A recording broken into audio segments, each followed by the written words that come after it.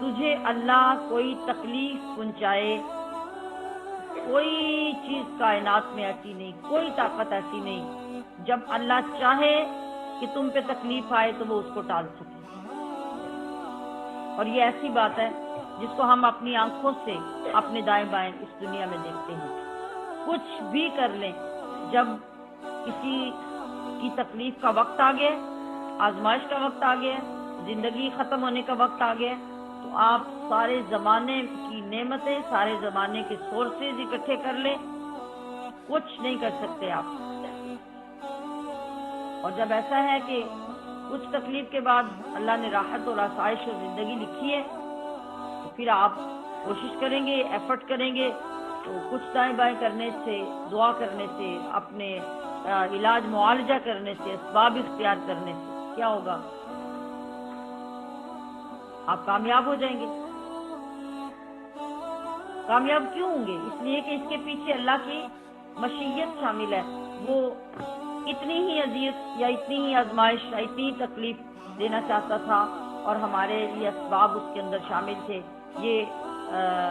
مطلب ایکٹیو ہوئے، اللہ تعالیٰ نے کرم فرما دیا۔ لیکن جب وہ نہیں چاہتا تو پھر آپ کر کے دیکھ لیں، کسی صورت میں بھی آپ ٹال نہیں سکتے۔ اگر اللہ بھلا چاہے تو کوئی غریب ہے، کوئی آپ کا دشمن ہے جس کو آپ ہزاروں تکلیفیں پہنچانا چاہتے ہیں اور اس کے لیے سارا زور لگا لیتے ہیں، لیکن اگر اللہ نہیں چاہتا تو آپ اس کا کچھ بگاڑ نہیں سکتے۔ کیا ہے؟ یہ اللہ کا فضل ہے، اور وہ جس کو چاہے اس کو پہنچائے۔ اگر وہ تیرے ساتھ بھلائی کا ارادہ فرمائے،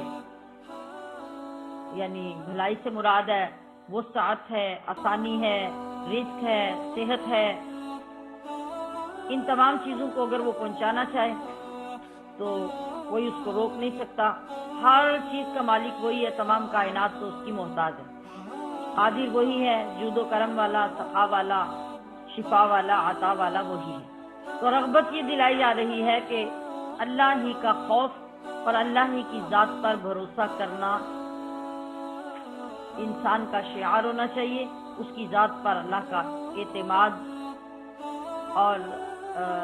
ایمان ہونا چاہیے۔ آپ لوگوں سے فرما دیجئے کہ بے شک حق تمہارے رب ہی کی طرف سے آیا ہے، تو جو کوئی اس راہ پہ آیا یا چلا تو اس نے کوئی اللہ پہ احسان نہیں کیا کہ وہ یہ کہے کہ بھئی اب اللہ کے نبی آئے اور انہوں نے فورس کیا اور تبلیغ کی تو ہم اللہ پہ احسان کر کے تو اس راستے کو چھوڑ کے اس راستے پہ آ جائیں۔ نہیں، کیا فرمایا کہ فَإِنَّمَا يَهْتَدِي لِنَفْسِهِ، اس کا بھلے کی طرف آنا اس کا اپنا ہی بھلا ہے، اور جو گمراہ ہو گیا وہ یہ سمجھے کہ میں بڑا سرکش اور بڑا طاقتور ہوں تو میں اللہ اور اس کے رسول کی بات نہیں مانتا، تو نہ اللہ کا نقصان کرے گا نہ رسول کا نقصان کرے گا۔ نقصان کس کا ہے؟ فَإِنَّمَا يَضِلُّ عَلَيْهَا، یہ ساری برائی اسی کو پہنچے گی، یہ سب برا انجام اس کا اپنا ہوگا۔ تو گویا اللہ کے نبی یہ فرما رہے ہیں کہ بھی جو اللہ نے مجھے پیغام دیا اور میری ڈیوٹی لگائی میں وہ پہنچانے کا پابند ہوں۔ وما انا علیکم بوکیل، میں تم پہ نگران نہیں بنایا گیا کہ ڈنڈا لے کر ہر صورت میں تمہیں بدلوں اور تمہارے اندر ایمان داخل کروں، یہ میری ذمہ داری نہیں ہے۔ میری ذمہ داری یہی ہے کہ اللہ کا پیغام، اس کا حق، اس کا کلام تمہارے تک پہنچاؤں اور تمہیں اچھے اور برے کا انجام ظاہر کروں۔ اور حکم دیا گیا کہ وَاتَّبِعْ مَا يُوحَىٰ إِلَيْكَ، آپ کی طرف جو وحی ہو رہی ہے آپ اسی کے مطابق چلیں اور صبر رکھیں۔ یعنی یہ لوگ آپ کی تبلیغ سننے کے بعد، آپ کا پیغام دینے کے بعد جو زیادتیاں کرتے ہیں، نافرمانیاں کرتے ہیں، ہٹ دھرم بنے رہتے ہیں اور سرکشی کرتے ہیں، آپ ان سب پہ صبر کریں۔ یہ حکم نبی کریم صلی اللہ علیہ وسلم کے واسطے سے